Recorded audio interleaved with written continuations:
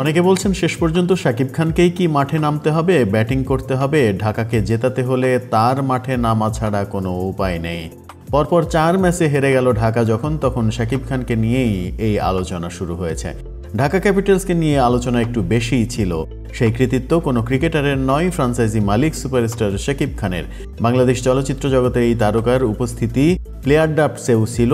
সেইখান থেকেই আকর্ষণ তৈরি হয় বিপিএলে ঢাকার মালিকানা যখন নিয়েছিলেন তখন থেকেই ধারণা করা হচ্ছিল ঢাকা দলটা দুর্দান্ত একটা দল হবে, কিন্তু শেষ পর্যন্ত আর হয়নি। আজ সিলেটে রংপুরের বিপক্ষে ম্যাচে শেষ পরাজয়টা হলো তাদের। সবচেয়ে বড় কথা, মাঠে কোনো প্রতিরোধই করতে পারছে না এই দলটি।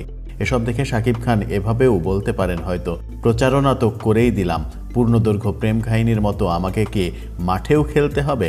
সেটা হয়তো শাকিব বলবেন না, মাঠের খেলাটা ক্রিকেটারদেরই খেলতে হবে। তো এই মাঠের খেলায় ঢাকা ক্যাপিটালস এতটা মুখ থুবড়ে পড়ছে কেন? নির্দিষ্ট কোনো কারণ বলা মুশকিল।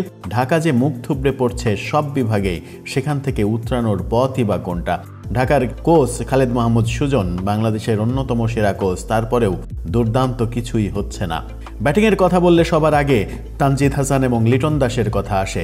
জাতীয় দলের নিয়মিত দুই মুখের যে ব্যর্থতা, সেই ব্যর্থতা ঢাকাকে অনেক বেশি ব্যর্থ করছে বলেও ধারণা করা হয়। আজকে নাহিদ রানার বোলিংয়ে যেভাবে মুখ থুবড়ে পড়ল ঢাকা, সেই ঢাকাকে টেনে তোলার আদৌ কোনো উপায় রয়েছে কিনা?